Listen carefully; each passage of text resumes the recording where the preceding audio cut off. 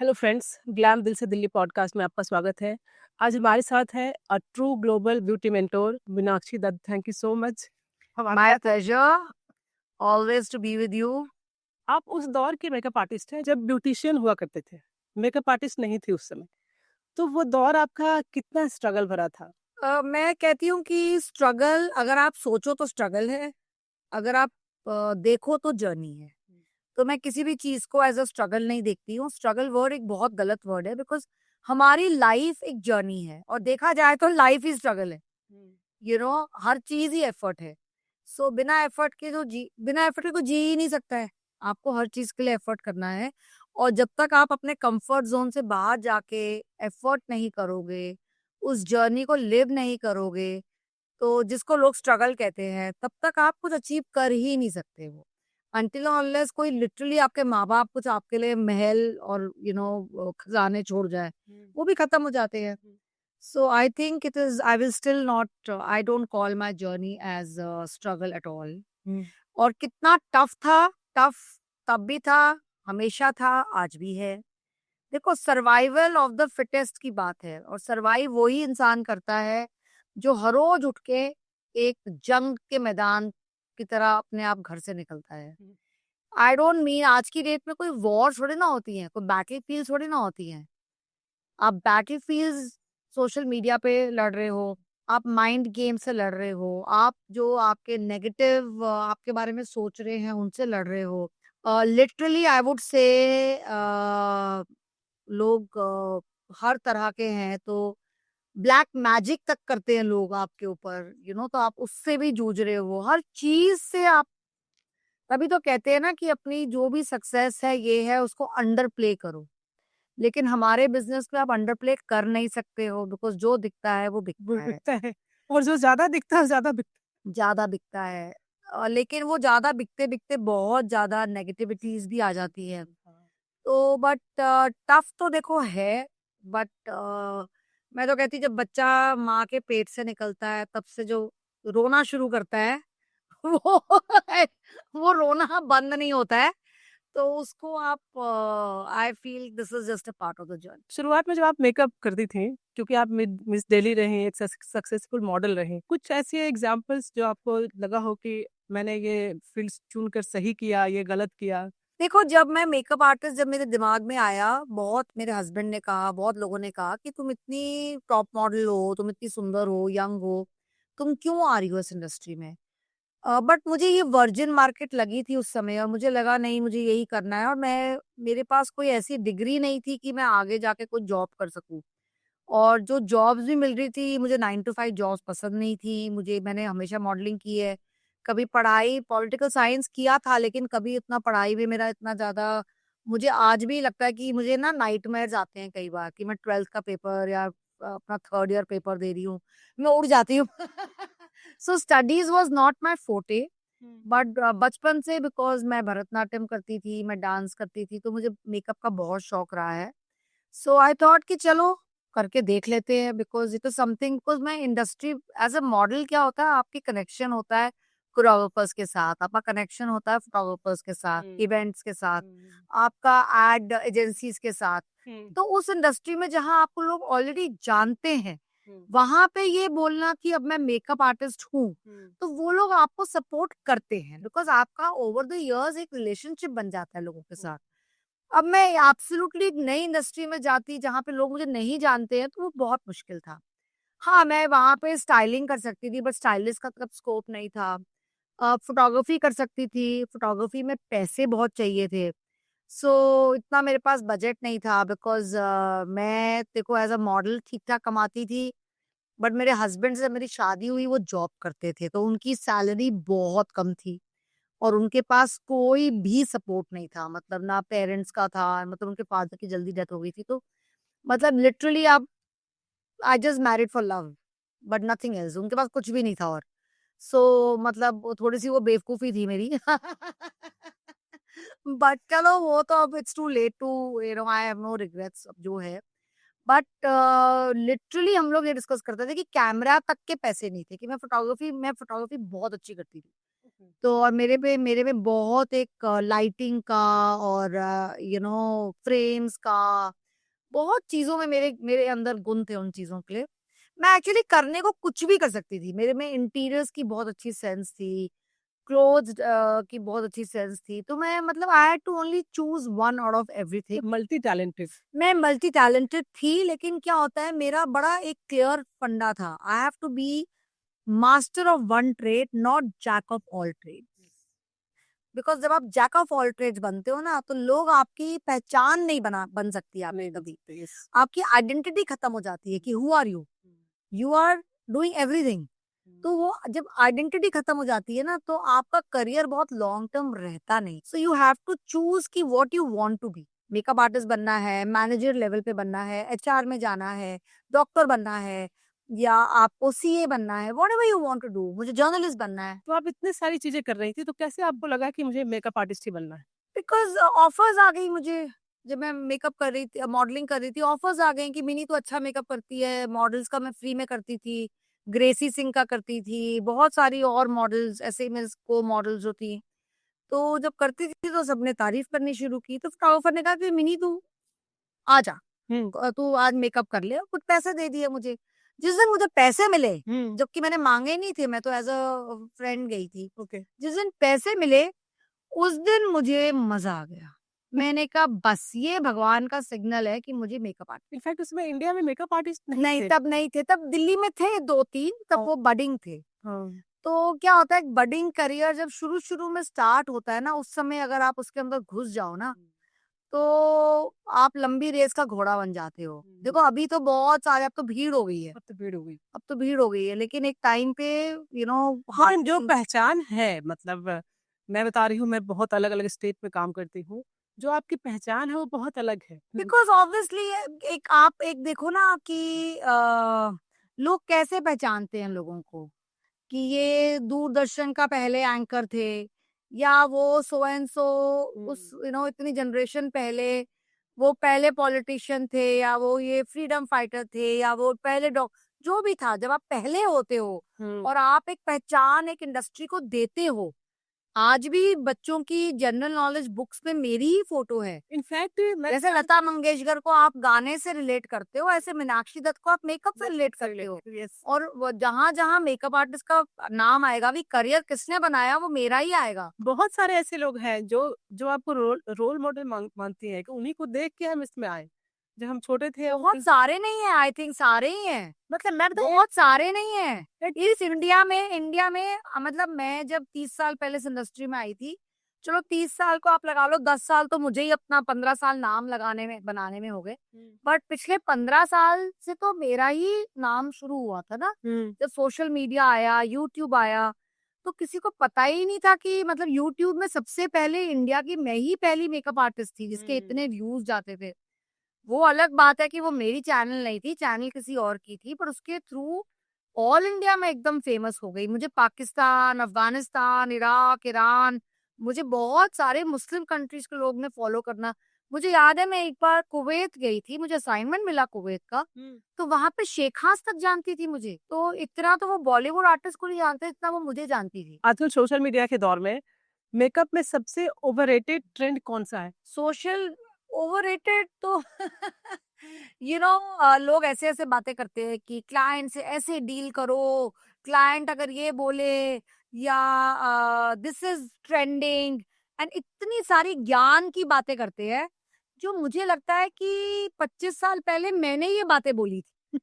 तो वो सारे ट्रेंड्स मैंने ही सेट किए हैं। हुँ, जैसे सब लोग कहते हैं कि we are not surgeons, we are makeup artist, ये लाइन मैंने इंट्रोड्यूस की थी हुँ। 25 साल पहले। और बहुत सारी चीजें हैं, ऐसे ज्ञान हर बच्चा बच्चा ज्ञान दे रहा है कि अगर क्लाइंट आए और वो बिना पैसे देके वो बोले मुझे मेकअप अच्छा ही लग रहा, अच्छा ही लग रहा, हाँ, मैं जा रही हूँ, मैं पेमेंट नहीं करूंगी, तो बड़ी नॉर्मल बात थी। बहुत क्लाइंट्स करते थे ऐसे। हम लोग तो कहते थे अच्छा आ जाओ, नहीं अच्छा लग रहा ना, आओ मुंह धुलाओ अपना, नहीं देनी ना पेमेंट, मुंह धुलाओ। मैं ऐसे पकड़ लेती थी उनको, जाओ मुंह धुलाओ, हटाओ इनका ब्राइड का लहंगा खोलो, ब्राइड के बाल अभी खोलो। मैं दुपट्टा, मेरा स्टाफ दुपट्टा खोलना शुरू, उनके नहीं नहीं मत खोलो मत खोलो, अभी अभी भी ऐसा पेमेंट ऐसा होता है? बहुत आपको क्या पता है इस दुनिया में देखो जो जो आदमी क्रिमिनल है ना, वो ही तो उसकी भी तो शादी होती है। जो लड़की अपने हस्बैंड का खून कर रही है, वो भी तो कभी दुल्हन बनी है। अब ऐसी इंडस्ट्री में हो कि हर किसी को इससे गुजरना है। हर किसी को गुजरना है। ऐसी-ऐसी ब्राइड्स जो पैंटी में अपनी ज्वेलरी छुपा रही है और हम पे इल्ज़ाम लगा रही है। कोई हमारा हमसे जैसे 40,000 का मेकअप कराया, फिर 2 दिन बाद आ गए जी हमारी चेन गुम हो गई। हमें 40,000 की चेन थी हमारी, कि पैसे वापस लेने आ गए। बस कि मतलब कुछ भी ड्रामे करने हैं कि बस मतलब यू डोंट नो लोगों के अंदर क्या-क्या इतनी तो मतलब ऐसे लोगों को भी डील करना पड़ता है? सबको करना पड़ता है। जब आपके पास ज़्यादा क्लाइंट्स होते हैं ना, बहुत ऐसे क्लाइंट्स आते हैं। कई बार आते हैं क्लाइंट, हमें मेकअप पसंद नहीं आया, रिफंड कर दो या हमें ये है, हमें वो है और मेकअप क्यों पसंद नहीं आया? हमने सुबह 8 बजे मेकअप कराया था, रात को 8 बजे तक अच्छा नहीं रहा। भैया 12 घंटे बाद वो मेकअप सेम आप नॉर्मल बिना मेकअप के भी इंसान 12 घंटे में तो उसकी शक्ल भी झुलस जाती है।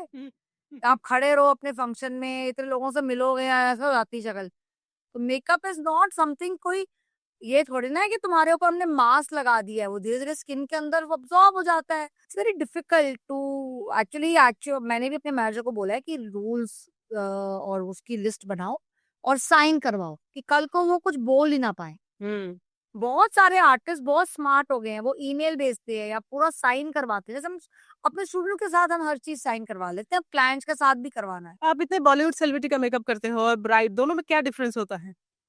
देखो बॉलीवुड सेलिब्रिटीज के साथ ये होता है कि सिंगल होते हैं देन यू नो उनका एक ब्राइडल मेकअप नहीं होता है हुँ, तो उनका मेकअप होता है for shoots for hmm, event hmm. For appearance but Bollywood हो एनी सेलिब्रिटी बट ब्राइड का क्या होता है कि चाची भी जज करेगी दादी भी जज करेगी रिश्तेदार भी जज करेंगे उसका पति क्या बोले होने वाला पति क्या बोलेगा सास क्या बोलेगी मतलब जजमेंटल लोग बहुत हैं तो पहले बॉलीवुड और सेलिब्रिटी का क्या होता है वो उनको पसंद आ गया they are confident they don't care उनको कुछ बोल नहीं सकता कि आपका मेकअप ये है वो है क्योंकि उनको पता है उनको पसंद है वो जैसे अपीयरेंस देंगे दे दे आर कॉन्फिडेंट अच्छा मेकअप का जो ट्रेंड है ये चेंज होता जा रहा है। 2026 आने वाला है तो आपको क्या ट्रेंड करेगा मेकअप में? Trend is a lot of natural makeup now मुझे लग रहा था शायद ये ट्रेंड शॉर्ट टर्म है बट ये शॉर्ट टर्म अभी नहीं है अभी लोगों को ना लड़कियों को लिटरली बहुत सारे इंटरनेशनल मेकअप आर्टिस्ट मेकअप छोड़ रहे हैं क्यों छोड़ रहे हैं कि इतना सिंपल मेकअप होना शुरू हो गया आज की डेट में कि उनको लोग अब पैसे नहीं दे रहे उनको सोचते हैं कि ये मेकअप तो हम खुद ही कर लेंगे हम क्यों हायर कर रहे हैं किसी को वो बहुत ज्यादा नेचुरल नेचुरल में जा रहे हैं और चक्कर क्या है कि इंडियंस भी अब उसी को फॉलो कर रहे हैं बिकॉज हैं तो ओनली उनको they want to only like what is happening internationally अपनी तो किसी को अक्ल है ही नहीं लाल पहनना ही बंद कर दिया है नहीं लाल is too loud we only want to wear nudes and in fact मुझे लगता है ये ट्रेंड डिजाइनर सेट कर रहा है। डिजाइनर सेट करते हैं और बॉलीवुड से बॉलीवुड रखा है अब बॉलीवुड की यार लड़कियों की हाइट देखो उनकी स्किन देखो उनकी पर्सनालिटीज देखो उनका एक अलग तरह से एडिटिंग्स होती है उनके क्या क्या मेहरों के आगे अब एक नॉर्मल इंडियन लड़की या तो उतनी खूबसूरत है तब तो अलग बात है बट एक नॉर्मल डस्की इंडियन लड़की विद पिगमेंटेड स्किन उसके इतना न्यूड न्यूड आप कर देते हो वो बेकार लगती है वो नहीं अच्छी लगती है आपको कहीं ना कहीं उसमें उसकी तो मेकअप आप सजेस्ट करते हो ब्राइड्स को या खुद वो लेकर आती है आपके पास? नहीं नहीं हम ही सजेस्ट करते हैं तो आप तो पूरी पर्सनालिटी कल्चर सब देख के डिसाइड कर दो कैसे हमें 100% हाँ और टचवुड मेरे क्लाइंट से खुशी जाते हैं सबको पता ही होता है देखो जितने अच्छे मेकअप आर्टिस्ट है उनमें इतना एक्सपीरियंस तो होता ही है कि कैसे क्लाइंट के ऊपर क्या करना है तो आप जो मेकअप कर रहे हो ये इसको न्यूड मेकअप कहते हैं। देखो न्यूड मेकअप सिर्फ लिपस्टिक का कलर होता है और आई शेडो का कलर होता है ये तो क्वेश्चन कई बार पूछ चुके हैं लगा अगर आप मेकअप आर्टिस्ट नहीं होती तो क्या करती? पता नहीं है क्या करती है कुछ तो करती हाँ, आर्मी ऑफिसर की बेटी है हो सकता है आर्मी में जाती। नहीं नहीं नहीं मैं आर्मी में तो नहीं जाती बिकॉज मुझे ट्रांसफरेबल जॉब्स पसंद नहीं थी मुझे आर्मी में जाने में प्रॉब्लम नहीं थी बट इतने ज्यादा हमने घर बदल लिए थे इतने पैकिंग अनपैकिंग ट्रंक्स में अपने चीजें डाल रहे हैं फिर वो ट्रक्स जा रहे हैं फिर वो नए नए घरों में कितने घर बदले हैं मैंने कितने स्कूल बदले हैं इनफैक्ट मैंने ना जब शादी की तो जब मैं मेरे हस्बैंड तो किराए के घर में रहते थे, तो उसके बाद हमने अपना घर खरीद लिया।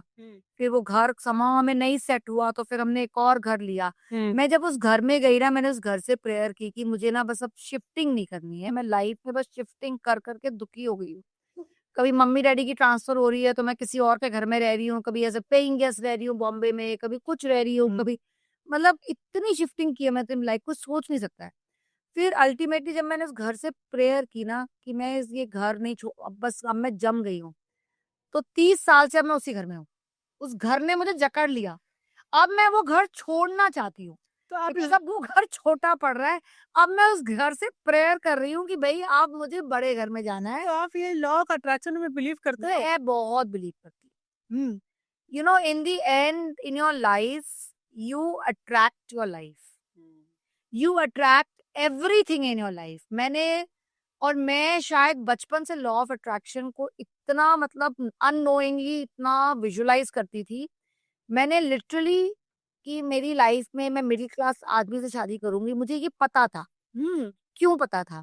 क्योंकि हमें ना इतनी इनसिक्योरिटी थी बचपन से। मम्मी कहती थी अमीर लोगों से शादी करेगी ना तो तू फंस जाएगी, उनके अलग वो होता है, वो रहन सहन तू नहीं कर पाएगी और वो हमारा कल्चर नहीं है।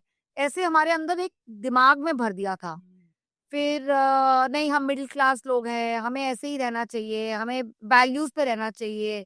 जबकि मुझे इतने करोड़ों पतियों के रिश्ते आए थे, लेकिन मुझे लगा नहीं, मैं इनके साथ एडजस्ट नहीं कर पाऊँगी, मम्मा ने बोला है। यू नो सो कहीं न कहीं एक हमारी वैल्यूज़ ऐसी थी कि नहीं हमें तो ऐसे ही रहना है, सिंपल रहना है। और जब तक वैल्यूज़ चेंज हुई तब तक 2 बच्चे हो चुके थे।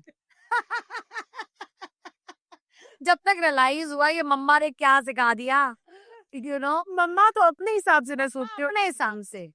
मैं तो मम्मा की मैंने सुननी बंद कर दी एक टाइम पे। मैंने कहा ये मम्मा किसी और दुनिया में रहती है भैया, इनकी मत सुनो। होता है, बच्चे बाहर है, लेकिन मैं भी पता है आपका जो चाइल्डहुड ब्रिंगिंग अप है ना, और चाइल्डहुड में जैसी आपको इनसिक्योरिटीज, ट्रॉमास, आपके अंदर बिहेवियर पैटर्न्स जो डाल दिए गए हो ना, वो आगे जाके आप वो ही बनते हो और उनको ब्रेक करना इतना मुश्किल है, इतना मुश्किल है। मैं इतनी पेसिमिस्ट लड़की थी, मैं हर चीज में हो मैं तो खत्म हो जाऊंगी, मैं तो बर्बाद हो जाऊंगी, मैं सुसाइड कर लेती हूँ, मैं ऐसे बातें करती थी। Oh my God. या हर बात पे, बिकॉज मेरे पापा हमेशा वैसे तो बड़े बोल्ड और वो थे, बट उनमें एक पेसिमिज्म था बहुत ज्यादा। तो उन्होंने गरीबी देखी हुई थी, बाप के बहुत ज्यादा घर में खाना नहीं होता था, तो उनका एक अलग ब्रिंगिंग अप थी। जबकि हमारे साथ घर में ऐसा बिल्कुल नहीं था। भाई मेरे बाप फौजी था, एक अच्छी तनख्वाह कमाता था, बस उनको था कि नहीं तू एक गरीब बाप की बेटी है। तो मैं कहती थी नहीं, मैं गरीब, आप गरीब बाप के बेटे थे, मैं नहीं हूँ और ना ही मैं गरीब रहने वाली हूँ। तो मैं जब ऐसे लड़ती थी ना उनसे, तो कहता तू अब पैसे कहाँ से लाएगी, तू पैसे कहाँ से लाएगी? मैंने कहा ले आऊंगी, आप टेंशन मत करो, मैं ले आऊंगी। तो मतलब रिबेल चाइल्ड थे? रिबेल चाइल्ड थी मैं। अच्छा। हाँ, तो फिर और दूसरा आई फील कि अपनी लाइफ में लॉ ऑफ अट्रैक्शन, मुझे याद है मुझे ना बहुत बचपन में कैसे लगता था कि मेरा ना एक बेटा होगा, एक बेटी होगी। ओह। मतलब लिटरली कि मैं कैसे उनको पाल, it was my whole life was like a picture in front of me. No I didn't know वो सच्चा है या झूठा है, लेकिन जब मैं 45-50 की मतलब हुई ना, 45 की हो गई, तब आई रियलाइज्ड कि मैंने तो ये 12-13 साल में सब विजुलाइज किया था। I had visualised exactly my life. ये लॉ लॉ ऑफ अट्रैक्शन काम करता है। काम करता है। और तब मैं समझ गई कि मैं आगे की फ्यूचर भी विजुलाइज कर सकती। अभी क्या विजुलाइज करते हो फ्यूचर का? फ्यूचर का तो बहुत अच्छा विजुलाइज करती हूँ। आप 5 साल बाद जब मेरा पॉडकास्ट करोगे तो आपको पता चल जाएगा, तब मैं बताऊंगी आपको। ऑल्दो आज की डेट में लाइफ थोड़ी और टफ हो गई है, बहुत मुझे प्रॉब्लम्स होती हैं, बहुत ज्यादा, कई बार बिजनेस में ऊपर नीचे होता है, बहुत चीजें होती है। अपनी भी देखो एज के साथ थोड़ी अपने हस्बैंड की हेल्थ, अपनी हेल्थ को मेंटेन रखने के लिए एक्स्ट्रा एफर्ट करना होता है। अब बच्चों के अपने ओपिनियंस हैं, लेकिन I know what I have to achieve. अच्छा, आजकल वेडिंग सीजन है, तो ब्राइडल लुक में कॉमन मिस्टेक्स जो ब्राइड करती हैं वो कौन सा है? आई थिंक आजकल लड़कियां बहुत अवेयर हैं। ओनली कॉमन मिस्टेक क्या है कि वो बहुत ज्यादा इन्फ्लुएंस में रहती हैं अपने फ्रेंड्स के। वो डिसाइड करती हैं इनके कि कपड़े तुम कैसे पहनोगी, तुम्हारा हेयर स्टाइल कैसे होगा। मतलब दे आर वेरी ओपिनियनेटेड कि what what will others think. What is trending, मतलब आप देखो तो सबके सेम, अगर गोटे लग रहे हैं सबके तो गोटे ही लग रहे हैं, फ्लावर अगर एक तरफ लग रहे हैं सबके एक तरफ लग रहे हैं, अगर ड्रेपिंग्स, मतलब nobody wants to do something different. मुझे रिसेंटली किसी ने बड़ी अच्छी फोटो भेजी, एक ब्राइड ने बहुत सुंदर एक साड़ी पहनी है, बहुत सुंदर मतलब हैवी साड़ी, उस पर पूरा बॉर्डर हुआ है बहुत सुंदर, और ऊपर से दुपट्टा लिया हुआ है, और लाइक इंस्टेड ऑफ लहंगा एक साड़ी के साथ दुपट्टा है।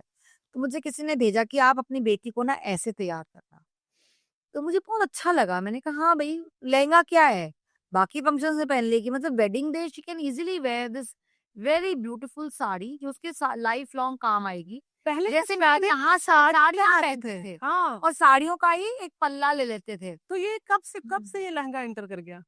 ये भी मुझे लगता है बॉलीवुड का ही कमाल है। ये कुछ पता नहीं मुझे भी, हमने तो लहंगा ही पहना था, जबकि मेरी मम्मा ने मुझे सूट पहनाया था फेरों पे। मम्मा कहती नहीं हमारे यहाँ लहंगा में फेरे नहीं होते। तो बॉलीवुड का कमाल ये मुझे ना, मैंने अपने शादी में वाइट लहंगा पहना था, उस पे जयमाला पे ऑफ वाइट, उस जमाने में। तो मेरी मम्मा ने कुछ बोला नहीं उस समय, कहती तू ऑफ वाइट तब तो पहन ले बट फेरे नहीं होंगे उसमें, फेरे लाल में ही होंगे। तो मैं मान गई। हाँ। तो बट मेरा क्या था, मुझे ना हमेशा वो क्रिश्चियन ब्राइड्स बहुत अट्रैक्ट करती। सो मैंने कहा यार मैं क्रिश्चियन से तो शादी नहीं कर रही हूँ, मैं तो ब्राह्मण से शादी कर रही हूँ, तो अब मैं क्या पहनूं, मतलब मैं क्रिश्चियन तो नहीं बन सकती हूँ। तो एक बचपन से मेरा ड्रीम था to look like a Christian bride, तो मैंने इसलिए व्हाइट पहना था, and this is 33 years ago. अच्छा, मेकअप से जुड़ा सबसे बड़ा मिथ क्या है जिसको आप तोड़ना चाहते हो? मेकअप से बड़ा मिथ, मेकअप इज गुड यार, कोई मिथ नहीं है, अच्छा है। सब लोग करो, हर एज में करो, हर सुबह शाम करो, because makeup makes you look so beautiful, so glamorous instantly. Makeup gives you that confidence. Makeup, that little lipstick adds that color on your face. आपके डार्क सर्कल्स छुपते ही आप 10 साल जवान लगते हो। तो अगर मेकअप आपको इतनी खुशी दे रहा है तो मिथ क्या है, मेकअप इज ब्यूटीफुल। तो आपकी नजर में ब्यूटी को कैसे आप डिफाइन करेंगे? देखो, beauty is a combination of how you are as a person, how you are inside for yourself, how you are also with the people around you. That also makes you beautiful. आपका character कैसा है, how you are with people, how I would say whether it's your staff, whether it is your daily people who are working with you. ऐसा नहीं है, देखो आप जब entrepreneur होते हो या आप घर पे लोगों से काम करवाते हो तो कभी ना कभी आपको गुस्सा भी आएगा, बिकॉज कुछ तो लोग नहीं काम चोर होते ही है ना, तो आप उनको डांटते भी हो। बट ये होता है कि हाँ भाई आपको डांट दिया, but there is a way of making it up also. मतलब complete personality how you are in your relationship with your husband, with your lover, whoever. शादी होना जरूरी नहीं है, but lover, whoever you are attached to, you could be a gay, lesbian, whatever. How you are with your children, how much freedom are you giving to them, with being strict also. हर चीज हर चीज में balance चाहिए। बहुत सारे ऐसे makeup artist जो struggle कर रही है, सबका सपना होता है कि हमें मीनाक्षी दत्त बनना है, तो उनके लिए बताइए। आई डोंट नो सबको मीनाक्षी दत्त बनना है कि नहीं बनना है, हाँ बस सबको फेमस बनना है। सो आई वुड ओनली से सोचोगे तो बन भी जाओगे। There is space for everyone to be famous, but fame को आप कितना लॉन्ग सस्टेन करोगे, दैट इज डिफिकल्ट। जैसे आप एक लेवल पे पहुंच जाते हो तो बड़ा ही प्रेशर रहता होगा ना कि इसको मेंटेन कैसे करना है। देखो प्रेशर तो मैं नहीं लेती हूँ, उसका मेंटेन कैसे करना है, आई वुड कॉल सस्टेनेबिलिटी। एक चीज को सस्टेन करना, अपने लाइफस्टाइल को सस्टेन करना, अपने कैरेक्टर, अपने नेम, अपने हर चीज को सस्टेन करना बहुत मुश्किल काम है, बिकॉज फेम लाना आसान है, सस्टेनेबिलिटी इज टफ। जैसे राजेश खन्ना बहुत फेमस हुआ, सस्टेन नहीं कर पाया। अमिताभ बच्चन ने आज तक सस्टेन किया है, तो इसलिए मुझे लोग पता है क्या बुलाते हैं, you are the Amitabh Bachchan of makeup industry. Yes, कि आपने 30 साल से सस्टेन किया हुआ है। अब अमिताभ बच्चन पे एक बात आई, अभी जया बच्चन जी ने सोशल मीडिया पे कहा कि मैरिज से हमारा मतलब दिल उठ गया है, ये एक आउटडेटेड चीज है। तो इसके बारे में मैं चाहूंगी कि नव्या की शादी नव्या ना करे, तो इस पे आप क्या कहोगे? देखो that is her opinion, but marriage is a beautiful institution. It's a very important institution, and it'll always be there. Jaya Bachchan का दिल उठ गया है, शायद मेरा भी उठ गया है, मैं भी ज्यादा बिलीव नहीं करती मैरिज में, पर हम लोग एक सोसाइटी नहीं डिफाइन करते हैं, एंड सोसाइटी में मैरिज इज इम्पोर्टेंट। अगर आपको एक कंपेनियन लॉन्ग टर्म चाहिए, आप एक बार बताओ कि आप आज आपकी शादी है, आपको घूमने जाना है, आपको एक फैमिली चाहिए, आप बच्चे कैसे करोगे? आप आउट ऑफ वेडलॉक बच्चे करोगे, वो बच्चों को तो पेरेंट्स चाहिए ना। मैं और मेरे हस्बैंड कितना भी लड़ ले, जैसे मैं हम दोनों इकट्ठे होते हैं, मेरी बेटी खुद जाती है "ये मम्मी डैडी को आज दोनों एक को देख रहे हैं", वो बड़ी खुश हो जाती है। And children want a happy family. अगर आपको बच्चे करने हैं, अगर आपको बच्चे भी नहीं करने हैं तो ठीक है, then you can be single. And lot of couples nowadays वो शादी भी करते हैं, they are very happy without children also. एक companionship I would say is very important. Then also I feel old age, आपके पेरेंट्स हमेशा नहीं रहेंगे, नहीं रहेंगे। आपके भाई बहन आपके साथ हमेशा नहीं रहेंगे, या भाई बहन होते भी नहीं आजकल, एक एक दो दो बच्चे ही हैं। उसके बाद आप ओल्ड एज में आप बीमार पड़ गए, क्या आप अपने बेडरूम में ऐसे ही पड़े रहोगे? Who will take care of you? आप क्या बाहर से अटेंडेंट्स बुला बुला के अपनी केयर करवाओगे? चलो वो भी करवा लो, बट एक जो अपनी फैमिली का हाथ होता है, एक जो उनका टच होता है, एक जो ब्लड की केयर होती है, तो वो कहाँ से लाओगे आप?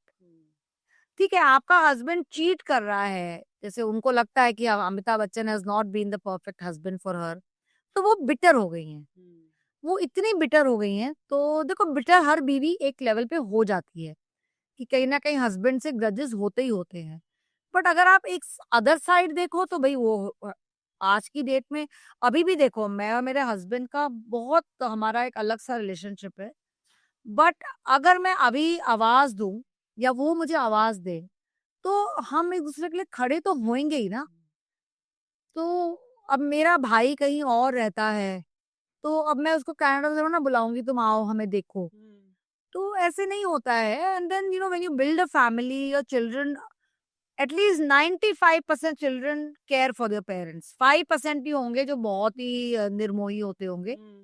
और बट अदरवाइज फैमिलीज आप आस पास देखो, जो एक फैमिली का जो बॉन्ड है वो बहुत सुंदर बॉन्ड है। और ये फैमिली आपकी आपके एम्प्लॉयज आपके इतने सगे नहीं होते हैं, बहुत कम होते हैं, बहुत कम जो आपके लिए खड़े होंगे, वो जमाना ही चला गया है। और आपके लिए कौन खड़ा होएगा? अगर मैं कल को बाय चांस, अब जैसे मेरे पापा को वो हो गया था, स्ट्रोक हो गया था, किसने केयर की उनकी? मेरी माँ ने। मेरी माँ ने 2.5 साल दिन रात एक कर दिया उनके लिए, और हमने केयर की, बच्चे थे। सेम वे अब मेरे हस्बैंड अगर उनको कुछ होता है, मुझे, हम एक दूसरे के लिए खड़े हैं भाई, हमारे बच्चे खड़े हैं। तो family institution is not just कि छोटे मोटी चीजें कि उसने ऐसे बोल दिया, उसने ये बोल दिया, उसने थोड़ा सा फ्लर्ट कर लिया, ये सब से बियॉन्ड जाना पड़ता है।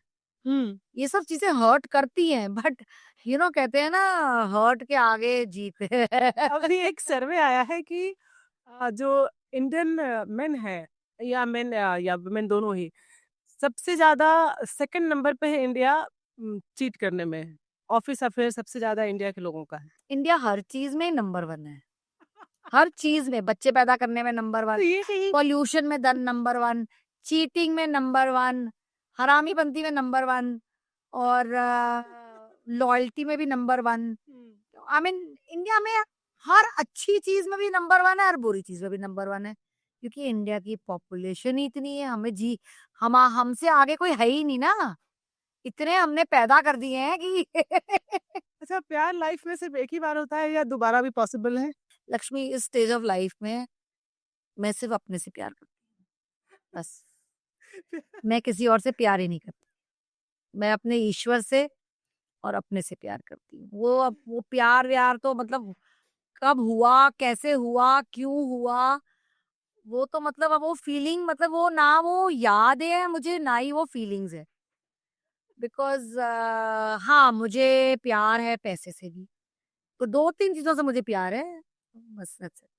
तो आप ये बता रहे हो कि खुद से जरूर प्यार करना चाहिए। देखो, खुद से प्यार करना का मतलब क्या होता है? खुद से प्यार करना होता है कि जब when you love yourself, you will take care of yourself, hmm. And taking care of yourself is actually helping yourself. Hmm. क्योंकि अगर आप अपनी हेल्थ की केयर करोगे, आप अपना मेंटल स्ट्रेस कम रखोगे, आप अपने काम पे फोकस करोगे, आप अपने फेस की केयर करोगे, आप अपनी हेयर केयर करोगे, उसी बिकॉज आप अपने से प्यार कर रहे हो इन एवरी फॉर्म, आप औरों से भी प्यार करोगे। लेकिन क्योंकि अगर आप अपने से ही चिढ़े हुए हो, अपने अंदर ही दुखी हो, तो you will only have grudges with everyone else. आप सब में बुराई ढूंढोगे। जो इंसान अपने से प्यार नहीं करता ना, वो किसी और से प्यार कर ही नहीं सकता। या कई लोग होते हैं सेल्फ ऑब्सेस्ड, इतने सेल्फिश, नार्सिसिस्ट बिहेवियर। सो मेरी लाइफ में है बहुत ऐसे लोग हैं। बट और बहुत दुख होता है ये देख के कि आप इतने सेल्फिश कैसे हो सकते हो, इतने इररिस्पॉन्सिबल, इतने सेल्फिश। और जो सेल्फिश लोग होते हैं वो इररिस्पॉन्सिबल भी होते हैं, बिकॉज वो सिर्फ अपने बारे में सोचते हैं। वो ना अपनी बीवी के, ना अपने बच्चों के, ना अपना करियर, ना अपनी इमोशनल हेल्थ, ना फिजिकल हेल्थ। सो ये सब चीजें भी, sometimes being over obsessive also with your self is not a good idea. Hmm. आप अपना सेल्फ लव रखो, but obviously love has to be also distributed, and genuine love ना feel हो जाता है लोगों को। तो आप ये बताओ, लोग आजकल लस्ट को लव समझ लेते हैं, तो लस्ट इज कैसे इसको डिफरेंट? यार, एक लक्ष्मी एज में लस्ट ये नेचुरल चीज है।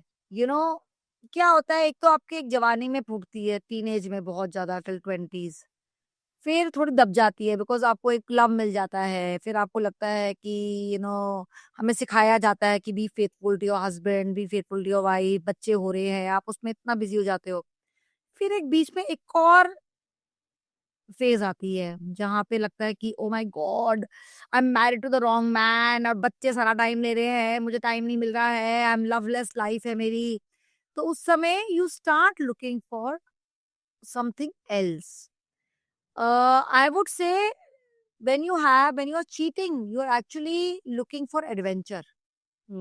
आप एडवेंचर ढूंढ रहे हो बिकॉज आपके अंदर एक बोर्डम आ गया है, एक स्टैग्नेंसी आ गई है, आपके अंदर एक क्या कहते हैं कि एक रूटीन लाइफ चल रही है। और रूटीन लाइफ में आप आदमी सोचता है, ओहो ये क्या है यार, मैं सुबह उठती हूँ, बच्चों को स्कूल भेजती हूँ, ये करती हूँ, वो करती हूँ।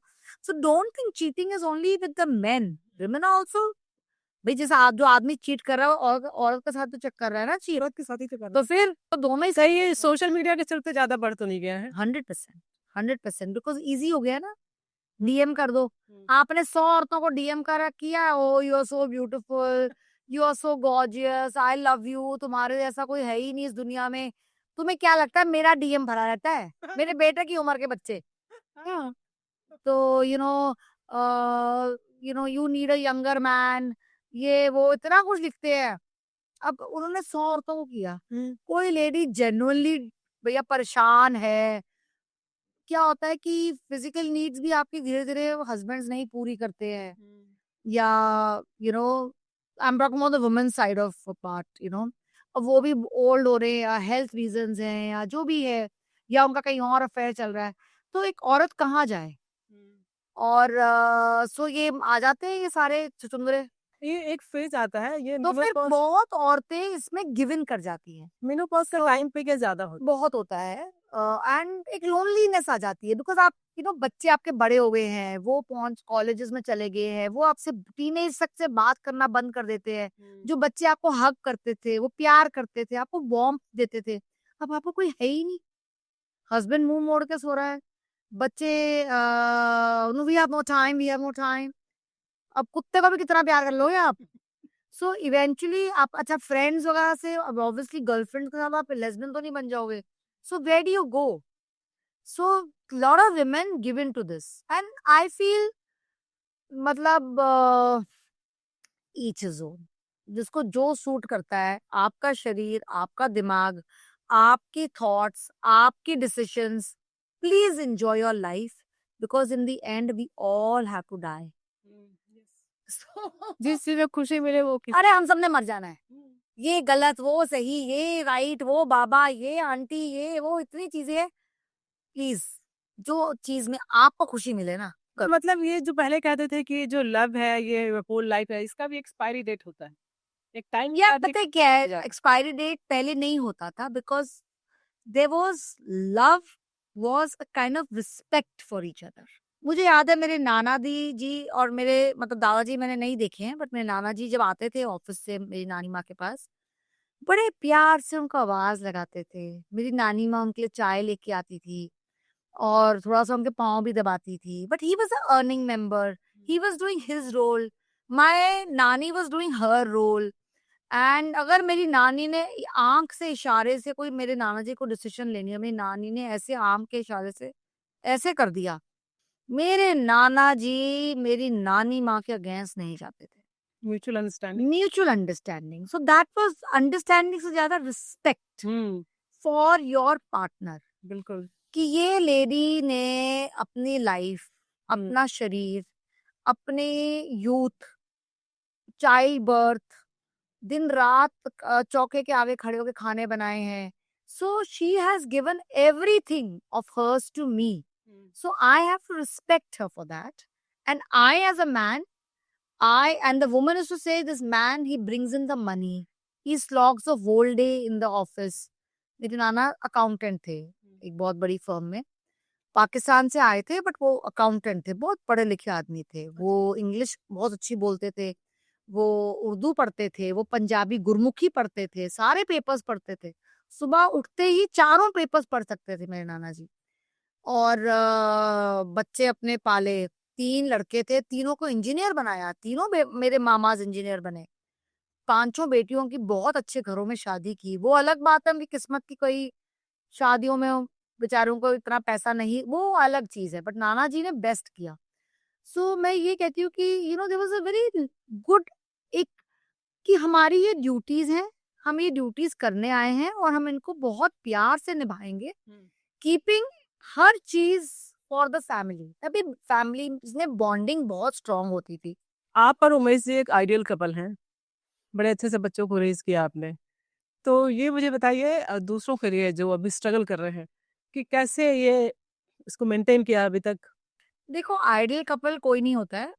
इट इज हर एक के अपने डिफरेंसेस होते हैं, हर एक की अपने ईगोज होती हैं, हर एक की अपने ओपिनियंस होते हैं, स्पेशली जहाँ पे both are strong personalities, both of us are very very headstrong, but eventually आप एक ओवरऑल पिक्चर देखते हो कि हमारे डिफरेंसेस या हमारे ये ओपिनियन से हमारा परिवार टूट तो नहीं रहा है। तो हम दोनों का फोकस हमेशा था परिवार जोड़ के रखना है। फैमिली, एक फैमिली मैन जो होता है ना, फैमिली मैन फैमिली वुमन, हम बिकॉज ऑफ अलग फैमिलीज ही हमारी बहुत ज्यादा वैसी रही हैं, very connected. So I think that has helped. Plus या आई मीन हमारे जितने भी डिफरेंसेस रहे हैं, ओवरऑल आई फील कि कुछ डिफरेंसेस रिजॉल्व हुए, कुछ डिफरेंसेस हमने सोचा कि भाई क्या फर्क पड़ता है, इतना जीवन है, गड्ढे निकालेंगे, बच्चे भी खुश रहेंगे। और वैसे हम बहुत अच्छे ना ट्रैवल पार्टनर्स हैं।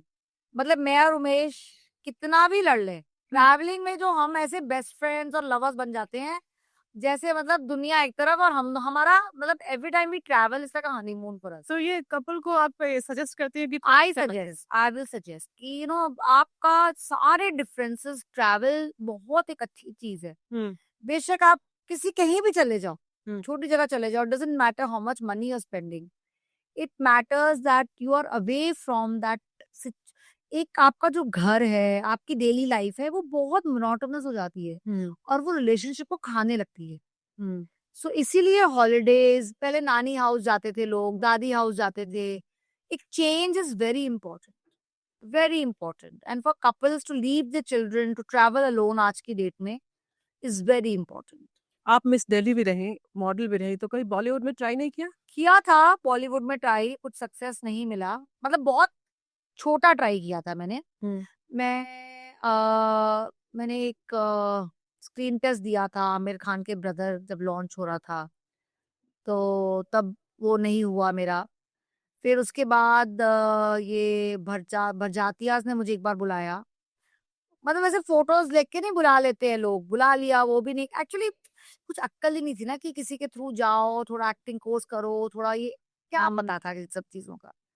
फिर मुझे सावन कुमार टक, जिसने वो बड़ी फेमस मूवी बनाई थी, सावन कुमार टक, सौतन, अच्छा। तो वो उन्होंने मुझे बुलाया था एक बार अपने ऑफिस बॉम्बे, और उनका बड़ा मन था मुझे लॉन्च करने का, बट उन्होंने मुझे बोला, कहते मीनाक्षी जी आप ना ये इंडस्ट्री छोड़ दो, आप बहुत कैरेक्टरफुल लेडी हो, और वो समझ गए थे मैं बहुत स्ट्रिक्ट टाइप हूँ, तो उन्होंने कहा ये आप छोड़ दो, ये आपके बस का नहीं, तो समझ गए थे मैं कॉम्प्रोमाइज नहीं करूंगी, मैं sleeping with other man was a little, मतलब नेसेसिटी थी उस टाइम पे, तो उनको पता था ये सही है। ये सही है। हाँ, उस जमाने में तो था, अब मुझे नहीं पता।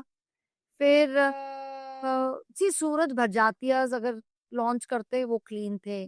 ये आमिर खान प्रोडक्ट, जो उसके फादर थे नासिर हुसैन वगैरह, ये सिर्फ 2-3 ही लोग थे जो क्लीन थे, बाकी नहीं थे।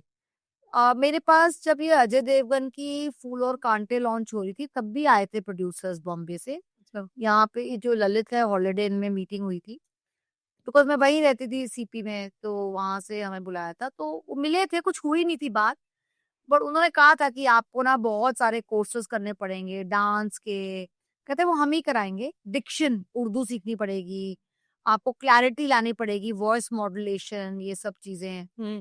But eventually it always boil down to ये डिस्ट्रीब्यूटर्स की डिमांड होती थी कि हाँ जो भी हीरोइन साइन होएगी हम उसका करियर बनाएंगे, तो she has to sleep with distributors. Producers and directors में इतना नहीं था, डिस्ट्रीब्यूटर्स में ज्यादा था। जब मैं बॉम्बे गई थी मॉडलिंग करने, तो modelling industry was very clean, very nice, very professional. मुझे जो शुरू शुरू में जब मैंने मॉडलिंग की थी, तो हाँ मिले थे क्रीप्स, ऑफर किया था उन्होंने मुझे कि हम आपको ये लॉन्च करेंगे, मैं समझ गई साले फ्रॉड, दिल्ली बैठे हैं, तुम मुझे बॉलीवुड में लॉन्च करोगे, हो कौन तुम, शक्ल देखी है तुमने, पहाड़गंज में कहीं इतना सा ऑफिस लेके बैठे हो तुम, तुम्हारी औकात है क्या, बातें कर रहे हो, वो सुना के आई थी मैं उसको। तो ऐसे तो, और मैं तो मुंह पे सुना देती थी, अपनी माँ बहन कर लो, अपनी बेटी के साथ कर लो, ये बहुत गंद बोलती थी मैं, आई used to get very angry, I used to get really angry कि how can you talk to me like this, मैं मतलब जेपी सूद की बेटी हूँ भाई, मतलब मैंने क्या अपना, and my soul and my body is for me to decide what I want to do with my life. वो मेरे बॉयफ्रेंड है, मेरी मर्जी है, मैं कुछ भी करूँ, कोई और नहीं बता सकता मुझे मुझे क्या करना है। तो are the most precious thing that we have with ourselves, our biggest temple is our body. ये हम किसी को कैसे थमा सकते हैं ऐसे? तो जी आजकल जो जनरेशन है जेन जी, इनका बहुत सारे आजकल कॉन्सेप्ट से ये अलग ही जनरेशन। हाँ, मुझे लगता है ऐसे किसी ने बोला है कि आजकल के जो जेनजीज है ना, ये पुराने सोल्स ही नहीं है, बिकॉज कभी इस वर्ल्ड में इतने पॉपुलेशन ही नहीं थी, ना ही इतने जानवर थे, ना ही इतने ह्यूमन बींग्स थे, तो सोल्स ही कहाँ थे इतने। अब इतनी सारी पॉपुलेशन हो गई है, तो ये कौन से सोल्स हैं? एलियन सोल्स हैं। और मुझे वो बात एकदम समझ आ गई कि एलियन सोल्स हैं, क्योंकि उन आज के बच्चों में आप देखो, या कुछ इवन हमारी एज के तो नहीं, बट आई वुड से हमारे बाद के, they are so soulless, emotions नहीं है उनमें। उनको ना माँ बाप के लिए इमोशंस हैं, ना अपने लिए इमोशंस हैं, सुसाइड कर लेते हैं, ऐसे ऐसे मतलब ड्रग्स में ऐसे चले जाते हैं, ऐसे कुछ है ही नहीं। They are just living for now. Living for now ठीक है भाई, बट कुछ तो रिस्पॉन्सिबिलिटीज, कुछ तो कमिटमेंट्स। मैं सबसे मैं दुखी होती हूँ कि पेरेंट्स के लिए रेस्पेक्ट नहीं है। नहीं है, उनको है ही नहीं, इमोशंस ही नहीं है। और ये जो जल्दी जल्दी यंगस्टर से कार्डियक अरेस्ट हो रहे हैं, या लोग सुसाइड कर रहे हैं, आप देखना आगे जाके 10 साल बाद 30-35 में इतने लोग मरेंगे 20s में, बिकॉज वो सोल्स, उनसे प्रेशर नहीं लिया जा रहा है, because they are not old souls. क्या ओल्ड सोल्स जो होते हैं उनकी जर्नी होती है, वो सेंचुरीज ओल्ड सोल्स हैं, तो वो दे लिविंग देयर कर्मास। इनको कर्मास लिव ही नहीं करने हैं। आगे जाके मे बी जब वो नए आगे जब जन्म लेंगे, may be in coming 200-300 years, those souls may change. But अभी at this point of time, escapist souls है वो. जैसे तभी तो escapist, that's why I say escapist generation है ये. जैसे इनको रिलेशन कोई काम नहीं करना है. हाँ उनको हर चीज से भागना है, भागना है, भागना है. उनको कोई भी चीज रिस्पॉन्सिबिलिटी आते ही वो चीखना चलाना शुरू कर देते हैं. I can't handle it, I can not take it, this is too much for me. Because उनका जो सोल है ना, it's my life. It's my life. Because वो सोल उतना प्रेशर ले ही नहीं सकता है. नहीं है उनके अंदर उतनी ताकत. तो पेरेंट्स कैसे हैंडल करें भाई उसको फिर? अब आपकी किस्मत है वो सोल क्या है आपकी लाइफ में. हम्म मैं आपको बताऊं, मेरा बेटा और मेरी बेटी, मेरा बेटा 100% ओल्ड सोल है. हम्म मेरी बेटी नहीं है old soul. She is a beautiful soul, hmm but she is not a old soul. अच्छा. She is not a very new soul also, but she is not a very old soul. She is a kind of वो pressure नहीं ले पाती, वो give up जल्दी कर देती है, जल्दी भूल जाती है. कमिटमेंट वो है, फोबिया है, बहुत चीजें हैं. But that's not her fault. That is how her soul is. तो आप देखना आज जेंजी ऐसा नहीं है कि वो कोई गलत लोग हैं. वो उनके जो बिकॉज कर्मास नहीं है ना पास्ट के, तो उनके कमिटमेंट्स भी नहीं है उस हिसाब से. हमारी बिकॉज ओल्ड सोल्स में कमिटमेंट्स होती हैं आपकी with your generation old people. अगर आप मेरे सामने बैठी हो ना, तो किसी जन्म में मैं आपके साथ जुड़ी रही हूँ, तो हमारा एक कनेक्शन रहा है. उनका बिकॉज लोगों से इतना कनेक्शन नहीं रहा है ना, इसीलिए वो जल्दी जैसे डिटैच जाते हैं. जैसे मैंने भी नोटिस किया, जैसे आप कहीं जाते हो, इतने लोग होते हैं, आप किसी एक से ही कनेक्ट करते हो या दो से, ऐसा क्यों होता है? सबसे क्यों नहीं करते? फिर आपका लंबा रिलेशन उनके साथ लंबा रिलेशन लक्ष्मी तुम्हारा और हमारे जैसे लोगों का ही है. आज की डेट में नहीं है लोगों, बिकॉज उनको उतना रिलेशन रखना ही नहीं है. आजकल तो लोग कपड़े देख के, मोबाइल देख के, ज्वेलरी देख के जज करते हैं. See, मैं वही बात कर, देखो मैं आपको एक बहुत ही डीप थॉट वाली बात बता रही हूँ जो मुझे समझ आई है, बिकॉज मैं बहुत स्पिरिचुअली इंक्लाइंड हूँ. और मैं मतलब बहुत मेडिटेशन करती हूँ. I go back in my past years very often. हाँ, मैं मेडिटेशन में I go back in my past, मेरी अपनी जर्नी में I go back a lot. उससे क्या होता है, एक रियलाइजेशन होती है कि मैं कहाँ से पैदा हुई हूँ, मैं कहाँ तक पहुंची हूँ. उससे क्या होता है कि वो आपको एम्पावरमेंट देता है. एक जो सिंपल जो वुमेन होती है, मेकअप को लेकर के तो हर को आजकल तो हर किसी को मेकअप चाहिए. हाँ, तो एक नॉर्मल क्या मेकअप करे? मतलब इतनी सारी चीजें, एक लोग कंफ्यूज हो जाते हैं क्या लगाए क्या लगाएं. तो उन लोगों के लिए बताइए कि एक इतना नॉर्मल सा प्रोडक्ट लेकर भी आप खूबसूरत दिख सकते हो. देखो खूबसूरती तो देखो अपने सभी में होती है. लिपस्टिक, मस्कारा, आईब्रोज, हल्का सा डार्क सर्कल कंसीलिंग भी कर लो, you can look very beautiful. And hair, बाल अच्छे लग रहे हो तो सब अच्छा लगता है. अच्छा. फॉर मी आई फील आप ऐसे गुच्चर मुच्चर बाल में उगते हो, कितने बेकार लगते हो ना. जैसे आप बाल नीट करते हो, लिपस्टिक लगाते हो, यू लुक रेडी. लेकिन अगर वीकली आदि बाल सेट कराए तो यार बाल तो सारे खराब हो जाएंगे. हो गई. मैं तो 15 साल की उम्र से बाल मेरे को तो जब से मैं मैं पॉडकास्ट तो, तुम तो अब कर रही हो, मुझे तो सोचो कब से है. 15 साल की उम्र से मॉडलिंग कर रही हूँ. इतना स्प्रे, इतना चीजें, इतने कलर. हमारे जमाने में कलर नहीं था तो ब्लीचिंग करते थे, बालों को पर्म करते थे. तो कोई बात नहीं, it's okay. वो एंजॉय किया ना, ठीक है, कोई बात नहीं. आगे होएगा तो विग वुग लगा देंगे. मैंने तो कहा कि छोटे करवा लेंगे. छोटे करवा कि छोटे वाले भी बाल बहुत चल रहे हैं. मैंने तिरुपति में देने हैं बाल वैसे, पूरे? साल बाद. पूरे की थोड़े से? देखती हूँ, थोड़े थोड़े भी दिए जाते हैं. थोड़े भी दिए जाते हैं. ज्यादा लगेगा तो पूरे भी दे दें, क्या फर्क पड़ता है. वो कौन सी बात है जो मेकअप स्कूल में नहीं सिखाई जाती? देखो मेकअप स्कूल में आपको सिर्फ मेकअप सिखाते हैं. जैसे हमारे तो एकेडमी में हम क्लाइंट डीलिंग, क्लाइंट के साथ problems, how the situations I have faced over the years, how to deal with them, हम तो सब कुछ सिखाते हैं. बाकी आई डोंट नो. जैसे मेरी बेटी तो लंदन गई थी, साउथहैम्पटन गई थी सीखने. बट इनको ज्यादा editorial type makeups, different type of things सिखाई थी बिल्कुल. अब Indian is a different market, बहुत अलग मार्केट है, बट हाँ it groomed her as a professional to work hard, to be on time, to be professional, to कैसे अपना चीजें हाइजीन के साथ करनी है। तो ये सब तो सिखाया जाता है, आई एम श्योर सिखाते होंगे, but depends on makeup schools. अभी इतने सारे इंटरनेशनल प्रोडक्ट आ गए हैं इंडिया में, तो आपको क्या है, इंडियन टोन पे इंटरनेशनल प्रोडक्ट ज्यादा बेटर है या इंडियन प्रोडक्ट? इंडियन टोन में इंटरनेशनल भी ठीक है, but you have to have a mix. Indian products की क्वालिटी बहुत अच्छी हो गई है, but Indian products are also not made in India, they are all made in China और इटली और स्पेन। तो इंडिया में प्रोडक्शन कुछ नहीं है, मतलब मेकअप का प्रोडक्शन इंडिया में है ही नहीं। बहुत कम।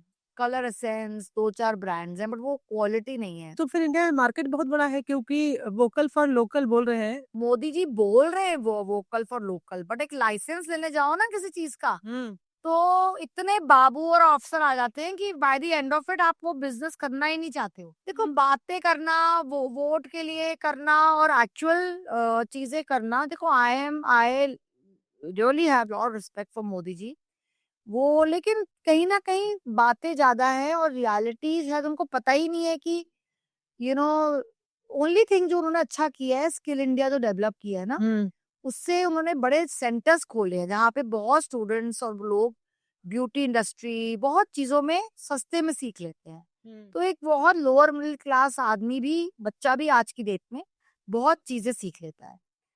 अब मैंने किसी से बात की थी कि मुझे करना है, तो उन्होंने बोला हाँ इतने का होगा, तुम्हें 3 करोड़ रुपया का वो है, इतने स्टूडेंट्स लाने हैं, लेकिन 1.5 करोड़ रुपया उस बाबू को देने हैं। किस चीज के लिए? ब्राइब। ओके। तो अब आप एक बार बताओ कि मतलब मैं 1.5 करोड़ में स्टूडियो भी कहते वो गांव में सेटअप कर लो, आप कहीं भी झुग्गियों में सेटअप कर लो, आपको नकली स्टूडेंट्स दिखाने हैं। ओके, ये भी चल रहा है। ये भी चलता है, कहते हैं आप दिखा दो 100 स्टूडेंट्स, 20 असली होंगे, बाकी 80 नकली होंगे, सिर्फ अटेंडेंस दिखानी है।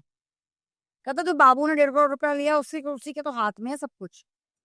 तो ये हाल है इस देश का। तो फिर स्किल इंडिया तो फिर स्किल ही रह जाएगा। नहीं हो रहा है थोड़ा थोड़ा, तो अब 20 स्टूडेंट तो सीख ही रहे हैं ना, 20 तो सीख ही रहे हैं, तो लेकिन हाँ जो 300 सीख सकते थे उसकी जगह 20 सीख रहे हैं, ये फर्क। बासुरी जी ने ही कहा कि हम काफी कुछ काम कर रहे हैं स्किल इंडिया के तहत ही, क्योंकि लोगों के पास आइडियाज बहुत हैं लेकिन इम्प्लीमेंट नहीं हो पाता है। क्यों नहीं हो पाता है? तो वैसे वो भी देखो बांसुरी जी भी कोशिश कर सकती है ना, वो सिर्फ फंड्स पास कर सकती हैं, फाइल्स पास कर सकती हैं, लेकिन नीचे क्या हो रहा है वो जाके कौन देखता है? वो मॉनिटर करना जरूर। वो मॉनिटर कोई नहीं कर सकता। ये कोई लीडर्स की गलती नहीं है, लीडर्स की सोच अच्छी है, वो इस देश को डेवलप करना चाहते हैं, लेकिन जो उनके अंडर 1 2 3 4 5 6 जो 50 लोग बैठे हैं वो सब खाऊ बैठे हैं। लीडर्स को नहीं है इतना लालच। मोदी जी को क्या लालच है? क्या उनको सैलरी भी ना मिले, वो तो अभी जाके कहीं गुफा में बैठ जाएंगे, उन्हें कोई फर्क नहीं पड़ता। नहीं, वो अपनी सैलरी अपने कुक की डॉटर के एजुकेशन के लिए डोनेट कर रहे। अरे क्या फर्क पड़ेगा उन्हें? वो 1 2 3 लाख से क्या उनको फर्क, उनको वैसे ही चीजें कोई जरूरत नहीं है उनको। But what I am saying is कि क्या आप इस देश पे डेवलपमेंट लाते लाते भी कैसे लाओगे? बिकॉज लोगों में उतनी पेट्रियोटिज्म और नेशनलिज्म है ही नहीं। लोग सब अपना सोचते हैं कि हम कैसे खा लें, हम कैसे। अल्टीमेटली आप कितना भी खा लोगे, कितना भी पेट भर लोगे, कितने भी बड़े घर बना लोगे, how long are you going to live? वही 60-70 इयर्स। ये बहुत बहुत ही अच्छा एपिसोड है। हमारे जो दर्शक है उनको एक मेकअप इंडस्ट्री, रिलेशनशिप सबके बारे में बहुत ही अच्छा कंटेंट मिलेगा। और thank you so much time देने के लिए। वेलकम जी, वेलकम। ग्लैम दिल से दिल्ली मेरे लिए बहुत इम्पोर्टेंट है, क्योंकि मैं ग्लैम दिल से दिल्ली से पहले थी ग्लैमरस यू के कवर पे। ये जो पहला एडिशन था उस पे लक्ष्मी ने मुझे कवर पे वो लाई थी, तो ये कवर था। और अब ये मैं हूँ 10 साल बाद 2015 और 2025, एंड आई थिंक मैं उतनी ही ग्लैमरस लग रही हूँ। एंड ऑब्वियसली अब मैं इनके पॉडकास्ट में भी आ रही हूँ, तो मैं इनको मना नहीं कर पाई। सो और बिकॉज मेरा इनसे एक पर्सनल एक फ्रेंडशिप का रिलेशनशिप भी बन गया इतने सालों में, तो मैंने बहुत खुल खुल के दिल से बातें की है।